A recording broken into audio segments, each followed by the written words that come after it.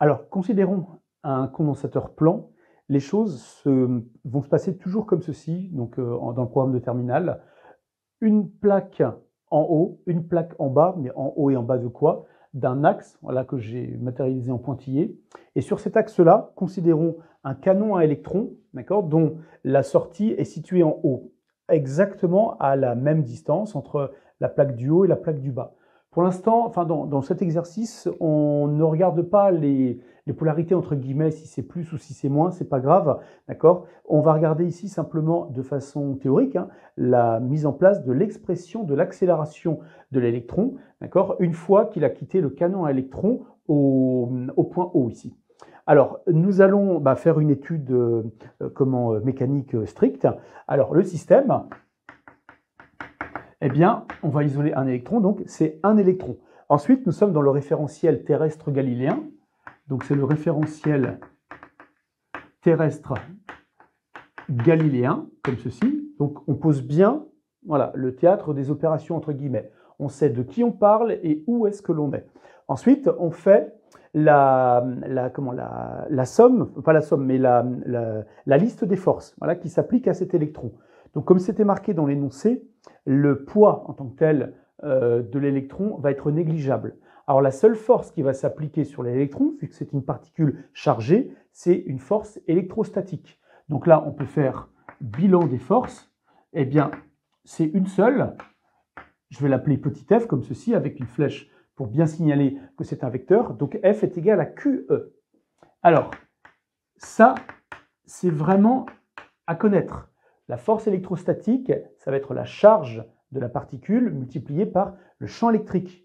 D'accord? Le champ électrique qui se passe entre, enfin, qui est mesurable, qui existe entre les deux plaques, voilà, chargées ici du condensateur. Voilà. Comme Q est égal à moins E, je peux mettre en dessous F est égal à moins E, enfin moins E, c'est-à-dire moins la charge élémentaire de l'électron multiplié par E, le champ, la valeur donc, du champ électrostatique. Ensuite, une fois que l'on a fait ça, on a listé l'unique force, on va pouvoir passer uniquement cette fois-ci, à ce moment-là, à la deuxième loi de Newton. Donc là, c'est somme des forces extérieures est égale à M fois A, comme ceci. Donc la somme des forces extérieures, il n'y en a qu'une, donc je vais pouvoir mettre au bout de cette relation-là, donc moins E fois E est égal à MA, comme ceci. Voilà. Et donc, on va pouvoir résoudre notre problématique, c'est-à-dire isoler le vecteur A, donc l'accélération de l'électron, donc ça va être moins petit e, voilà, on va faire comme ceci, hop, sur M.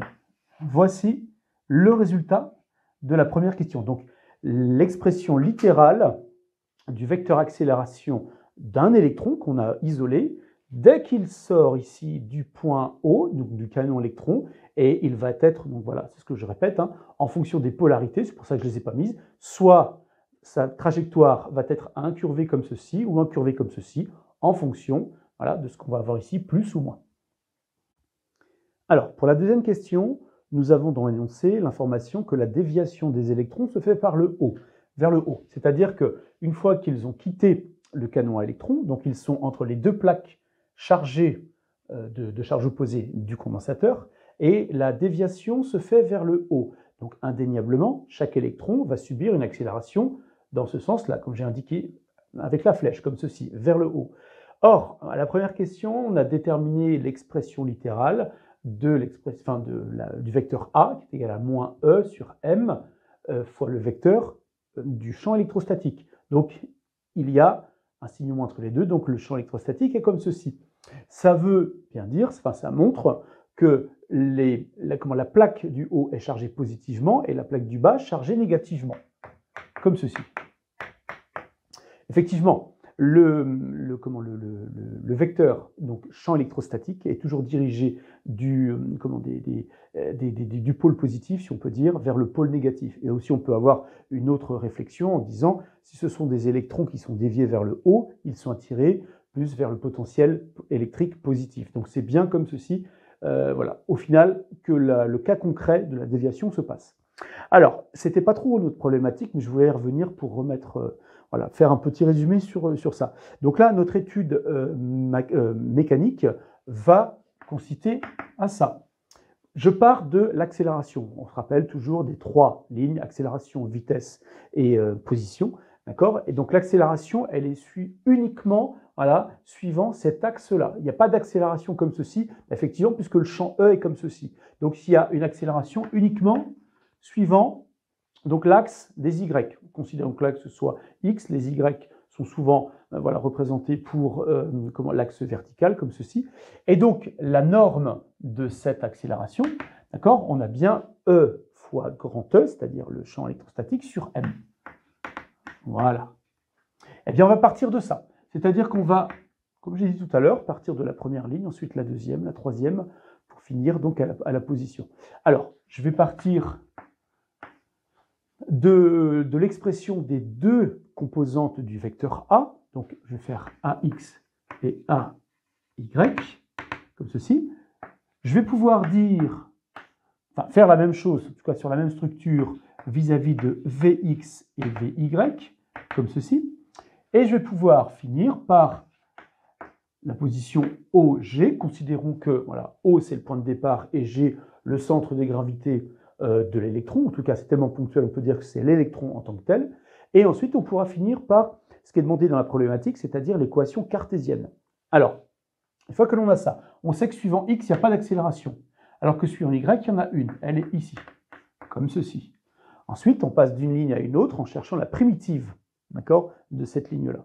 Donc, la primitive d'une accélération, c'est une vitesse, ici. Donc là, on peut considérer que c'est V0, c'est-à-dire la vitesse, voilà, à la sortie du canon électron, des électrons. Et la deuxième ligne, pareil, on cherche la primitive. Donc là, on commence à faire apparaître la variable temporelle. Donc, ce n'est pas ce qui m'intéresse. Moi, ce qui m'intéresse, c'est la position. Donc là, OG, X et Y. Donc là, je vais faire la même chose. Je suis primitif. Donc, je vais avoir V0T. Et de la même façon, 1 demi de... Alors, je vais pouvoir l'écrire en même temps. 1 demi de E sur M, T carré. Alors, ici, on pourrait s'en contenter en disant que, voilà, à un certain instant t, eh bien, x est égal à voilà, une mesure suivant cet axe-là et une mesure suivant cet axe-là, cet axe y. Effectivement, ce n'est pas trop ce qui est demandé. Là, c'est vraiment l'équation cartésienne pour voir en fait la forme de la trajectoire que vont prendre les électrons. Donc là, je vais engager sur le fait de dire que t est égal à x sur v0. Ah oui, donc là, je vais pouvoir substituer ce t-là à l'intérieur du t carré. Donc, je vais pouvoir t carré est égal à x carré sur v0 carré. Donc là, je vais pouvoir injecter ça dans l'expression de y. Donc, ça fait 1 demi de e sur e, un grand M. Donc, x carré sur v0 carré. Comme ceci. Donc là, alors, si on voulait écrire ça de façon un petit peu plus propre, voilà, un petit peu plus visible, on pourrait écrire ça comme ceci. Voilà. Alors, 1 demi de la charge de l'électron multiplié par l'intensité du champ électrique sur la masse de l'électron fois sa vitesse au carré quand il sort du canon électron, fois x carré. Donc là, on se rend compte que cette équation cartésienne de la trajectoire d'un électron est une parabole. Donc là, on a affaire à une équation cartésienne, comme ceci. Pourquoi? Parce qu'en fait, on va avoir la valeur de y en fonction de celle de x, alors qu'ici, on a plutôt des équations, on va dire, paramétrées par le temps, donc des équations horaires. Là, on avait x en fonction de t et y en fonction de t. Là, on a une équation cartésienne qui donne y en fonction de x. Et donc, c'est une parabole, puisqu'on a la forme y est égal à une constante, d'accord, fois x au carré. Et c'est le x au carré, c'est-à-dire le degré de x qui nous permet de dire que c'est une parabole.